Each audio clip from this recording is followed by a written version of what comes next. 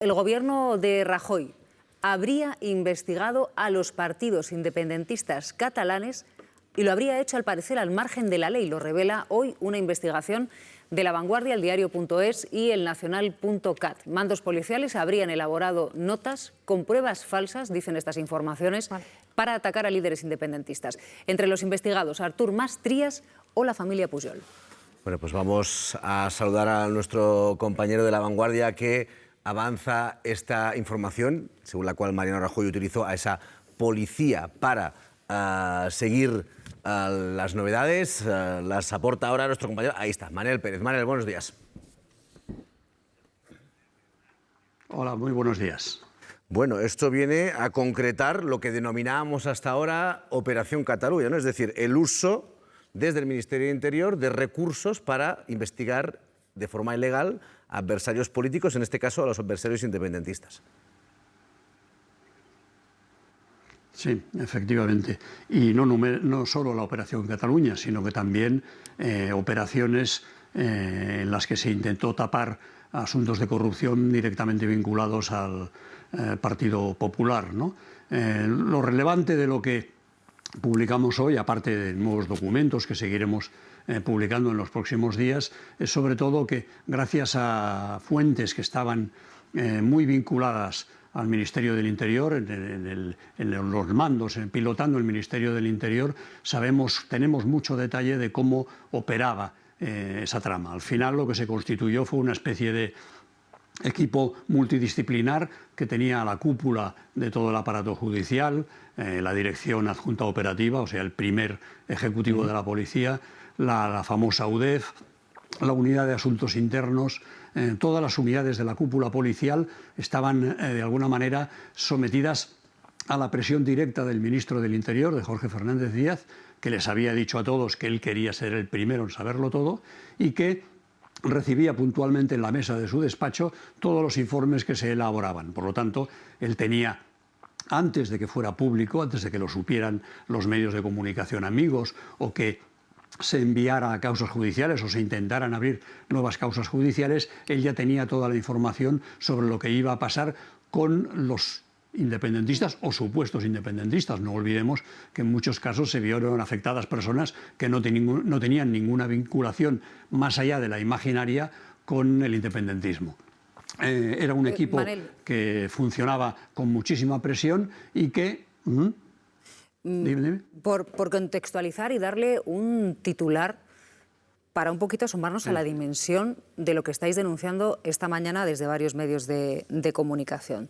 De lo que habláis es que durante el gobierno de Mariano Rajoy, el Ministerio del Interior ordenaría fabricar pruebas falsas contra, entre otros, líderes independentistas catalanes. Se lo habría ordenado a la policía, a unidades de la Policía Nacional que no registraban en su trabajo que lo hacían. Lo habrían hecho, según vuestras informaciones, según supervisión policial, e informaban puntualmente desde el ministro del Interior hasta incluso decís que habrían llegado esas informaciones al presidente del gobierno. Es decir, estaría al tanto el señor Rajoy. Según las fuentes que hemos conectado y que han hablado para estas informaciones, el ministro del Interior, Jorge Fernández Díaz, ponía muchísimas, algunos aseguran que prácticamente todas estas informaciones, todos estos dossiers, en un sobre en blanco y a través de los escoltas lo enviaba a Presidencia del Gobierno, Moncloa. Esa es la información que nos dan y que nosotros obviamente reproducimos. Lo fundamental es que lo que se produce es una convergencia, porque ahí opera fundamentalmente, o también el famoso comisario José Manuel Villarejo, que es un hombre que ya tenía iniciativa propia, y lo que se hace es converger, ¿no? Lo que se crea es un operativo en el que convergen algunos que tienen ese patriotismo de antiguo régimen y que tienen muchas ganas de hacer, con otros que políticamente tienen mucho interés en que eso vaya adelante, y a partir de ahí se genera esa dinámica en la que unos aportan y los otros utilizan, ¿no? Entonces, por ejemplo, publicamos hoy el primer documento o primera nota informativa que como mínimo se conoce a día de hoy de Villarejo, que envía a la Dirección Adjunta Operativa y que envía también a Jorge Fernández Díaz, en la que el primer resumen es una serie de casos judiciales que ya están abiertos y en la que lo que se plantea es intervenir abiertamente para manipularlos. Se habla de uno que en su momento fue muy conocido, que es el caso Palau, en el que lo que se pretende es convencer al juez y al fiscal de que hagan cosas que hasta ese momento no habían querido hacer. Se les va a ver a Barcelona, se les viene a ver a Barcelona, se aportan nuevas supuestas pruebas, al final esa maniobra no les sale, pero bueno, ellos lo prueban, después fabrican dosieres falsos. Pero lo importante, lo relevante es que antes de que eso salga, y más allá de la iniciativa de los policías, es el ministro del Interior quien tiene esa información y que lo sabe antes que, obviamente, el resto de la ciudadanía, pero sobre todo antes que la propia instrucción judicial en el caso de que la hubiera. Estamos hablando, para los espectadores, de nombres, por ejemplo, ¿no?, como Xavier Trías. Además, salió la información de una presunta cuenta de Trías fuera de España a pocos días de las elecciones municipales de Barcelona, de Artur Mas y después gran parte de la investigación de los Pujol. A mí me ha llamado mucho la atención uno de los documentos que publicáis en el que se admite que se ha estado presionando a un banco en retirarle la licencia con la que opera en España para que les pase la información sobre los Pujol.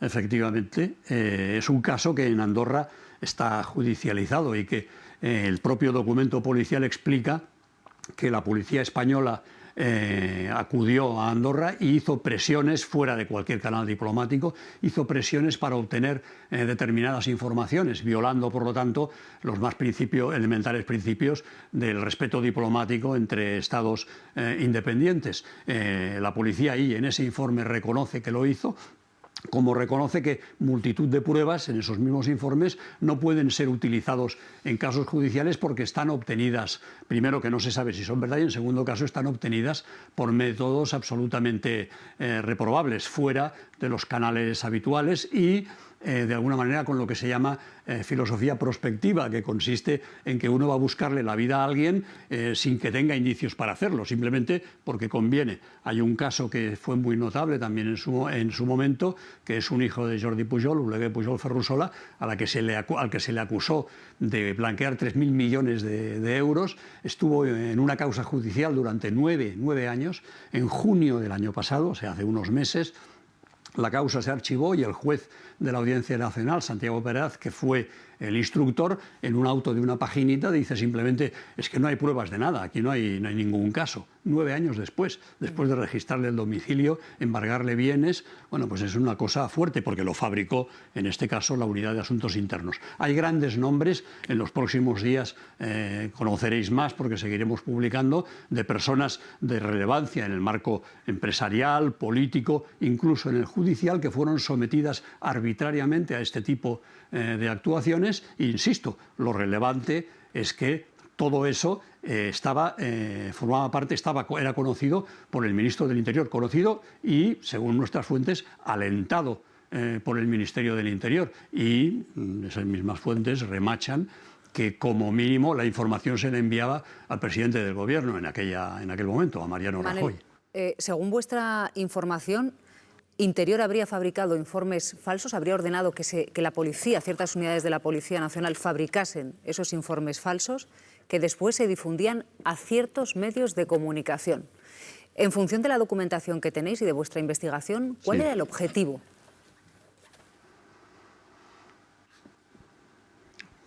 El objetivo fundamental tenía varias escalas. En primer lugar, crear un clima en la opinión pública. Recordemos que el primer informe que salió a la luz, que era el de que Mas y Pujol, Mas en aquel momento presidente de la Generalitat y Jordi Pujol, expresidente de la Generalitat, tenían cientos de millones en fundaciones en Suiza y Liechtenstein. Eso se publicó pocos días antes de las elecciones autonómicas en Cataluña, en las que Artur Mas esperaba un gran resultado y perdió 12 diputados. Nunca sabremos la influencia de ese dossier falso sobre el voto en aquel momento, pero la realidad es que fue una conmoción aquí en Cataluña el conocimiento de ese dossier, que luego resultó absolutamente inventado. Por lo tanto, había una primera intencionalidad política. La segunda intencionalidad clarísima, que lo han conseguido en algunos casos, es que alguna asociación de ultraderechista, estilo, por el nombre que viene ahora a la cabeza, con manos limpias, se personara en algún juzgado y presentara una querella, con lo cual se conseguía que la vida de esa persona sobre la que se había publicado el dossier se le complicara mucho y además por tiempo indefinido, con lo que te abrían una causa, tenías que dar explicaciones, si eras un político tenías complicado seguir dedicándote a eso porque ya se sabe que si te imputan en un juzgado pues lo tienes complicado. Y en tercer lugar, era una manera de amedrentar al resto de posibles rivales políticos que tenían que intentarse la ropa si querían seguir con su actuación política, sabiendo que no era necesario que hubieras cometido nada raro, simplemente te fabricaban un dossier y no era difícil que algún fiscal se apuntara y consiguiera que los juzgados se tramitara una causa contra ti y que iba a durar un tiempo indefinido, incluso una década. Hay muchos casos que han ido decayendo de esa operación Cataluña que los jueces al final han tenido que considerar absolutamente improductivo. Pues fíjate, voy a recoger lo que tú decías porque nos vamos a ir a la Audiencia Nacional con nuestra compañera Irma Frigenti, porque a partir de lo que habéis publicado hoy vosotros nos hemos preguntado ¿en qué ha quedado todo eso? ¿Cuántos de esos casos han ido evolucionando? ¿Han llegado a juicios? ¿Se han archivado? ¿Todos están pendientes? Irma.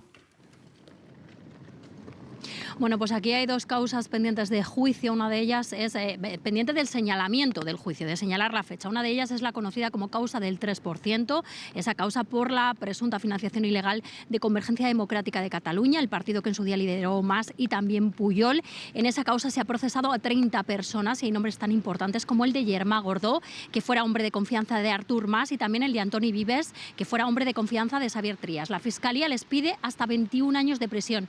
Y otra de las causas importantes que está aquí pendiente de señalar la fecha de juicio es la de la familia Pujol. Recordemos que se les procesó tanto a Jordi Pujol como a su esposa y sus 7 hijos por haber creado una organización para engordar su patrimonio irregularmente, valiéndose de su posición social en Cataluña. Jordi Pujol le pide a la Fiscalía 9 años de prisión. A Marta Ferrusola, a su esposa, se le ha archivado la causa por demencia severa y a los 7 hijos del matrimonio se les piden penas de entre 29 y 8 años de prisión. Una causa, como decimos, que está pendiente de señalar fecha de juicio. Y en Andorra, el país en el que los Pujol escondían ocultaban parte de ese patrimonio, hay una causa abierta que investiga al expresidente Mariano Rajoy por una denuncia de supuestas coacciones a la banca privada andorrana para obtener datos financieros de políticos catalanes, entre ellos precisamente de la familia Pujol. Bueno, con esa investigación periodística que conocemos hoy, vamos a acercarnos al Congreso de los Diputados, porque allí se van a poner en marcha, entre otras, una comisión de investigación sobre esa presunta trama parapolicial durante el gobierno de Rajoy. Javier Mohedano, ¿en qué punto se encuentra esa comisión? Sí, bueno, Silvia, pues esa comisión sobre la Operación Cataluña que recordamos pidieron tanto Junts como el PNV ya está creada y ya se va a crear aquí en el Congreso. Eso ya lo aprobó el Pleno del Congreso de los Diputados, pero todavía no está constituida. ¿Esto cuándo será? Bueno, pues previsiblemente ya va a ser en el mes de febrero cuando ya tengamos el calendario ordinario aquí de la Cámara y será entonces cuando se constituya, como decimos, y ya a partir de ahí sepamos quiénes van a formar parte de esa comisión y también a partir de entonces se pedirá el diferente listado de comparecientes por parte de los partidos. Bueno, pues precisamente sobre esa información que hemos conocido hoy le han preguntado al presidente del Gobierno en Radio Nacional. Y lo que demuestra es hasta qué punto el Partido Popular, cuando está en el gobierno, utiliza las palancas del Estado. Esto demuestra la necesidad de que se abra esa investigación en las comisiones parlamentarias. Bueno, Feijóo de momento no nos consta que se le haya preguntado sobre este asunto en ese desayuno informativo, así que no sabemos todavía qué opina sobre lo que desvelan hoy algunos compañeros.